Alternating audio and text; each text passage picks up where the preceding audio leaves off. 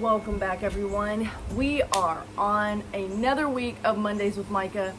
I have convinced my friend to come on the show, and I'm so passionate about this that she's allowing me to do this on vacation. But this past week, you heard from Megan Council, and I hope that you thoroughly enjoyed listening to a few more personal topics about finance and how to prepare. And we're just gonna let all the sounds come throughout this video, however they do. You know this happens where we have the wind, the rain, now we have an airplane. And that's okay. So Emily Brown is a local CPA that works for Burgess Company. And last week on the video, Megan mentioned that I said we're bringing together my entourage. So this is another piece of my entourage, is Emily Brown. And we sat down with Will Holt, Megan, and Emily back in 2017 and said, I need y'all to figure out how to, I need y'all to talk to each other, and I need you to help me figure out how to leverage this grief, we are calling it, and figure out how to continue to expand. And at the time, we did not know that the Widow Walk was going to be birthed into the earth. And that is really part of their help, is financially being able to communicate with them about things when I've made transitions. And let me tell you guys, some of these faith acts that I have done have been a loss financially. They're not all a financial gain. And that may seem like that's not a success. But I can tell you that some of my financial years in real estate, if I would not have had some of these other losses, that money would have basically been given to the government due to taxation. And I have no issues with the government, y'all. That is not the point in this. The point is that I was able to leverage what those funds went to instead of not having another option.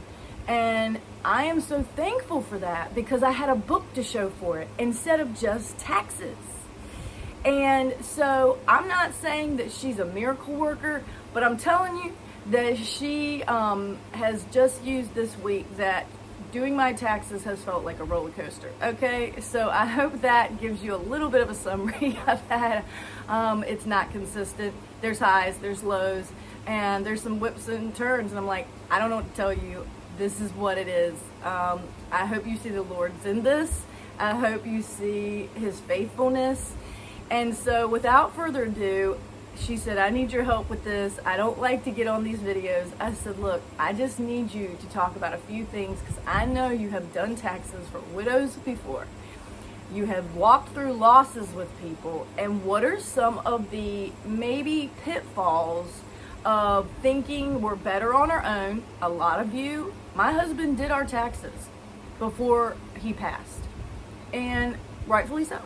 I think it was fine. But that is not something that I wanted to learn how to do. And I don't think I would have been a better tax person than Emily Brown, let me tell you. I would have missed a lot, is what I'm trying to say. And leveraging the grief allows us to understand that we know people with strengths and that we can bring them into our story. And not only does it grow us by releasing things, but there's more available as we learn about, and we can be confident that they're here to help us. They're not here to take from us. They're here to help us work with our finances well and how best to pull from different assets and not be taxed on that. And so again, it is not my expertise, but when you're given more to steward, you really need a few more eyes on your accounts to make sure that you're stewarding them well, that you're using those accounts to the fullest of their ability. And I can say that her being able to monitor and manage that has given me a peace of mind And the same with Megan, that there's been ebbs and flows with our economy, and them two together have been able to handle my assets, small or whatever real estate year that I have, they're able to use it, and God has graced me to be able to pay whatever taxes I've had to pay. And so it has been a blessing, y'all. This is really what I want to say, is that to have financial people in your corner, in your entourage, is a blessing. And so I want to thank you, Emily, for her years. This is going on 8 years now of handling my business. And I try to be pretty good. I don't know. She can give me a rating if she needs to on my thoroughness of documentation. I wouldn't say it's the best, because I just like to give everything away. So anyway, without further ado, Emily, what can you bring to the table about, I don't know if you need to give a rating on my financial accuracy or a literacy maybe, but what are some things that you've seen over the last 8 years in my personal portfolio as it has changed? Has it been different than others? Is there some things that you feel like I did right? Is there some things that we can speak about for others to think about as the aging community, or if they're handling different businesses or LLCs? Do you have any, you have expertise, but can you speak into any of that, the benefits of working with a CPA? Well, as far as working with the CPA, you just have to understand that the tax laws are changing all the time. It's hard for us to keep up with them, so, if that's not your passion and what you understand, I would recommend getting somebody who does. The good thing that Micah has done, I think, is using a lot of different people. And the value of being in a small town is that we all work together. We call each other. If Megan sees something that, she thinks I need to be aware of, she'll call me. I'll call her if I need information. The local bankers, investment managers, we all work together, which I think is very important and very helpful in our town. Micah's different than a lot of people in that she has so many passions and pursuits and wants to give so much to others. So it's a matter of managing that. But I would say most people, just understand where your income comes from. Even if you're not the tax preparer in your home or the person who provides the information, try to understand it. But if you don't, we can figure it out together, which is what we've kind of done with Micah's, because Ben managed most of that. But we can take the old tax returns that were used, dig up things and figure out where the income's coming from, and then help her learn to manage it going forward. So I think that's the main thing. There are some special rules with young widows that have children, and some advantages you can take care of in the early years that most people don't know. And then as people age and there's retirement accounts and you're already pulling from those, there are special rules with that as well when you lose someone. So it helps to have everybody working together to try to understand what you have and what your desires of your heart are, because Micah has many desires of her heart, and we're trying to pursue that and work together to do that. And just an example, back when COVID was in its full thing, there's PPPL loans, and you've heard of it, but why would I be able to apply for that? And she's like, you need to apply for this. You qualify. And the beauty of those things is that the year before, or however it was a really good year in my real estate. So that was, let's say, free money basically that the government was giving out due to these things, that if we were not in the level of open communication about some of these things, I'm not saying she wouldn't have told me whether she was my CPA or not, but it was even more of we were already in conversations, and she was like, you need to pursue this. And boom, it was not hard to do. I think you helped me with that. Yes, thank you. She basically did it for me, is what I'm telling you. But it was better than I could have imagined. And it was like, man, where does these funds come from? And then there's creative miracles, really is what I would call it, of where things come out of nowhere into your somewhere. And they just propelled me down the line and leveraged some months for me to continue dreaming up what I'm doing, because people say, how do you do all that you do? And her brother-in-law, Will Holt, told me this years ago. I said, man, you probably don't remember saying this to me, but I told him when my husband passed, I'm like, am I supposed to still be doing real estate? Like, I feel like it's music. There's philanthropic things I want to get into. The widows. And he's like, Micah, I think you need to keep doing the real estate, but just think of it like cooking, where you're shuffling the different pans and not all of them are hot at the same time, but you have to learn how to cook basically, and you want all the meals, all of your sides to be ready together. And something really clicked inside me to say, okay, I have to realize that real estate has its ebbs and flows, and then in the down months, instead of me just kind of sitting around, that I took the time to really start to write and record music, and the devotional and this creative expression, as I call with our widow walk, grief expressions. The grief expressed itself through writing. And how do you start an LLC? I had to call him up, but he had to do the legal side. Then she has to do the tax side. When we have our taxes, the LLCs all have to matter. I never had an LLC before my husband passed. And so I've had to learn about that. How many of them can you have? Why is there a benefit to having an LLC? Can you speak about that? That's more of a legal side, but the benefit of the LLC is it protects you. It protects your liability in case of anything within your business. For tax side, it's not really as significant, but you can use it to set up entities, or you can set it up as a sole proprietorship, which what I have. But they're very flexible, so they can be used different ways, but they also have this level of liability protection, which is the legal side, which is why most attorneys do recommend setting them up to put your business in. So if I don't do the right thing, they may not be able to come after me in my household income exactly. It would come after the entity, which is the LLC. And I'm not expecting that, but this is again why you get legal counsel about some of these things, because you can just start things willy-nilly and not know sometimes. I mean, there is some people that I don't believe they're coming after me, but weird and scary things happen. And so we want to use wisdom, and there's wisdom in finance. It's not just some people have it and some people don't. I really don't believe that we can create, and more can be, as I said, stewarded. And that's biblical, that's scriptural, that where much is required, much is given, or much is given, much is required. I think that may be the better way to say it.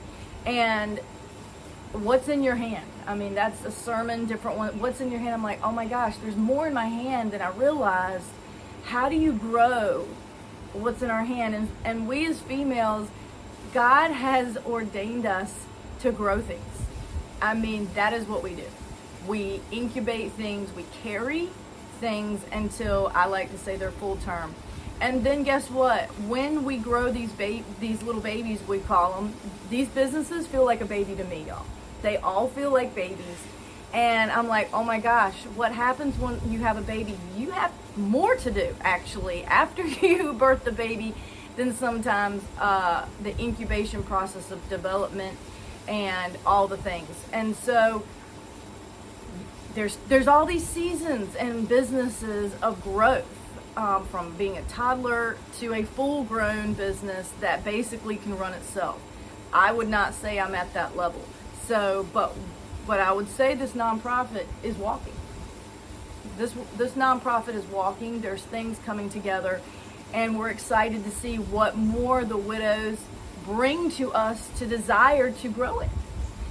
So this summer has been so fun because we're bringing in education. This is what this whole summer has been, is grief education.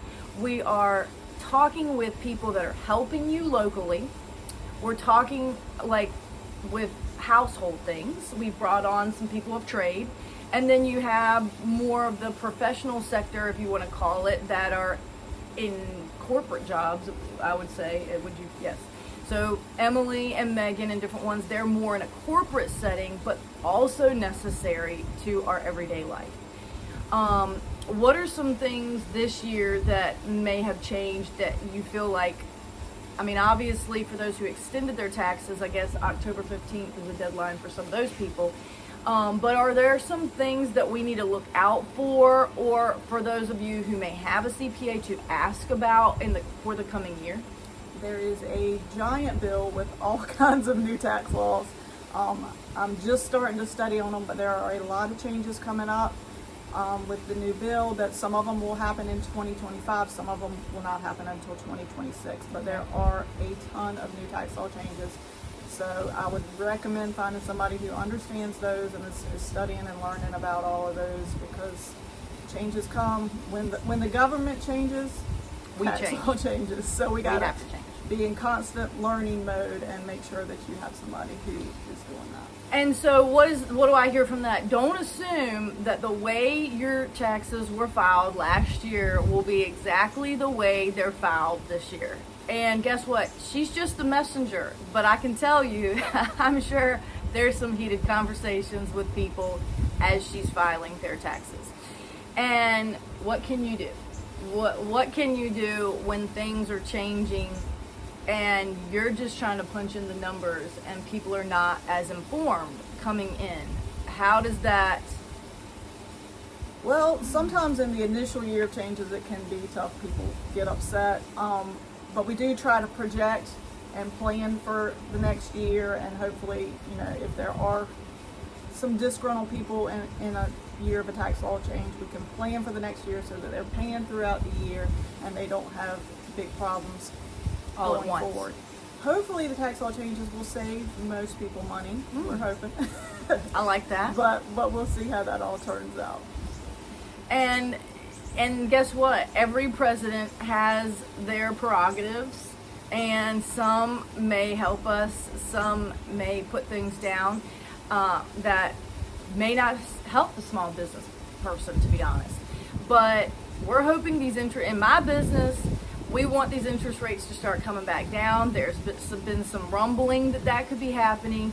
Our real estate goes up. That means my income goes up. So we want to see some of these things happen because overall they are for our benefit. Not every decision puts everyone out. Okay, well, I know I asked you ahead of time, was there some topics we have not discussed that you thought you wanted to bring to the listener? I don't think so. Mainly just try to understand where your income's coming from. Make sure you have an entourage like Micah that can work together and help you. And just know that we're here to help. I mean, I know nobody wants to go to the tax preparer. That's always not the fun job, but we do want to help. And I do feel like there's a sense of peace you get when you know that everything that you're supposed to do with the government is handled and handled correctly. And if something goes wrong and you get a notice or something comes up, you've got somebody to help you through that as well. And you talk about leveraging the grief. There's leverage when you have a CPA. There's leverage when you have someone, it's not on you, basically. And it's not that you can blame somebody else. That's not the point here. It's the point to know that we're better together. That, let me ask you this question. How would you prefer people to bring in their information? What are some, like, we bring them in however we bring them in, but is there a way that makes it easier for you to file and fill out everything? So our firm sends out an organizer based on what you had in the prior year. So we like to make sure you go through and you check off that you're bringing in everything that you brought in before. And then if there's anything new, add that in, write us a note, send an email or call, and just kind of let us know that there's something new. We do try to do a checklist in the front with questions. If there's any new tax law changes, those questions will alert us that, hey, maybe they have something that this would give them a benefit. So, like, there's some new tax laws with buying new cars and getting interest deductions and things like that. So in our question section, we would have a question that would kind of alert us, hey, we might need to talk to them about that. So if you go through those checklists, that's very helpful as well. And again, what I'm hearing is you're not left in the dark. So the point is not for you to just, it falls on your lap, and then you have to go to your office or wherever you thought your husband stored everything and go through this just massive amounts of things. And I know some of you, maybe your husbands were very thorough and had everything like in a little binder of sort and maybe documented. But then there's some others of you that did not have that. And so you really don't know. And the benefit of this is that there's a checklist, so then you can just cross-reference and hopefully be able to find those things. And I just want to really speak into this, that they are not expecting us to be experts, okay? They are not. You do not need to go in there feeling like you're supposed to say a certain thing or understand a certain thing. They understand that we have a CPA because we don't understand, especially these tax laws, but really how all of this is supposed to break down. And it's worth the pay. I mean, what you pay to do this is worth it, because I can tell you, I don't know how many taxes I'd be paying if I would try to punch this stuff in and completely mess things up. So it is one area I do not feel confident in. That doesn't mean I don't feel confident paying my bills, but doing taxes is a whole nother category, like a whole nother thing. And I know that a lot of people can do it. And for those of you who can, continue to. And if you actually have always been curious about doing it, then ask somebody.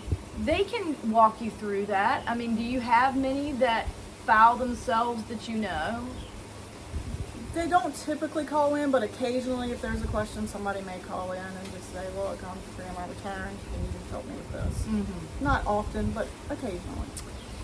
So there is no shame in this, y'all. I mean, that's really, I have just seen that a lot of times with widows not knowing the information and having to expose that and bring that to somebody can seem very, you're kind of anxious about it, you're worried about it, you really don't know what may happen, or if there's going to be some consequences that next year when you're settling your estate and things of that nature. And again, back to the settling the estate, the attorney has to do that. But not all of you even have an attorney. And it complicates the process. It complicates the process. And for me, leveraging the grief is finding the people that help to simplify this dense topic we call grieving with grace and a smile on your face. I'm able to have a smile on my face when I go in with this stuff, and I'm getting a little better, but with every business I start, it's getting more complicated for me to keep up. And so if any of you want to be my assistant listening to this here today and you have a little bit of a financial backing, then you can surely let us know and send us an email at thewidowwalk@gmail.com. I'm hoping to get more in the corporate sector. I would like to talk with somebody from homeowners insurance and some other areas, because all of that we kind of have to deal with.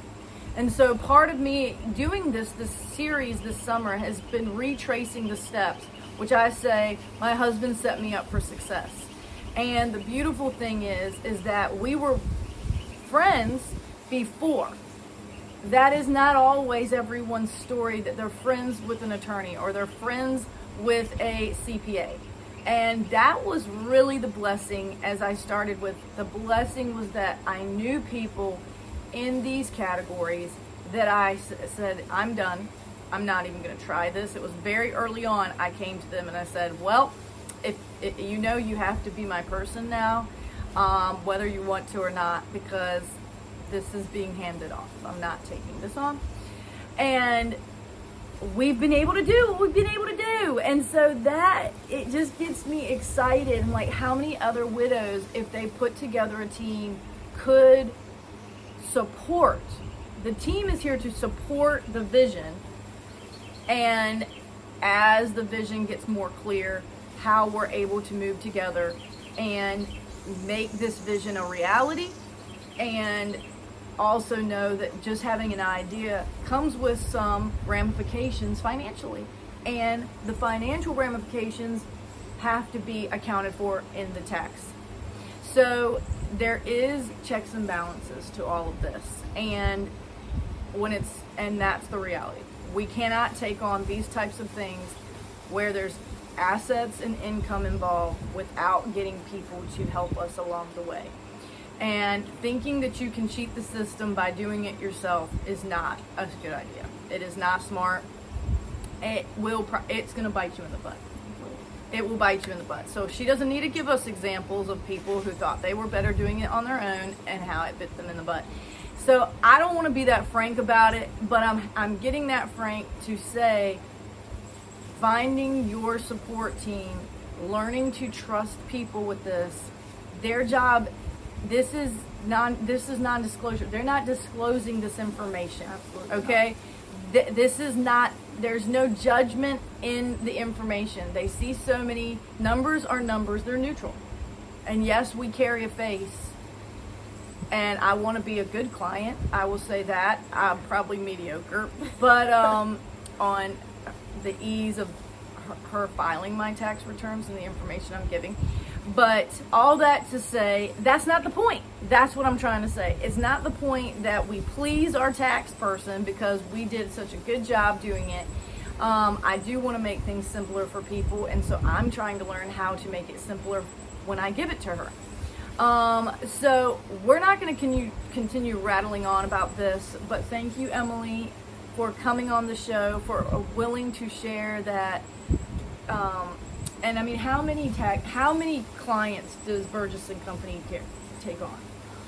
I think we probably have between 400 and 500 individual clients, and then we have probably 50 to 75 business, like partnership corporations. Okay, so just so you know, this is not a small handling. In this small town of Franklin, that's a large portfolio and large numbers. And their job is to be accurate and basically be like auditors, really. They're auditing our stuff so that we don't get audited by the government. And they're legit. And there is other accountants in Franklin, so I'm not excluding any of them, but this is the one I know, this is the one I trust, and so I'm bringing on the people that helped me in the beginning first. And if you share this and someone else that you know was a good CPA and would like to come on the show just for some awareness to kind of share about their business and maybe some of the things that they do, we would love to have someone else on the show. So I am not exclusive here with anyone. I'm just starting where I started, and we hope that these videos will continue to grow outside of Franklin. To be honest, I would love to hear from some other trades and professionals so that we can continue to share who is in our area and who can help. So thank you so much for watching, and see you next time. Bye.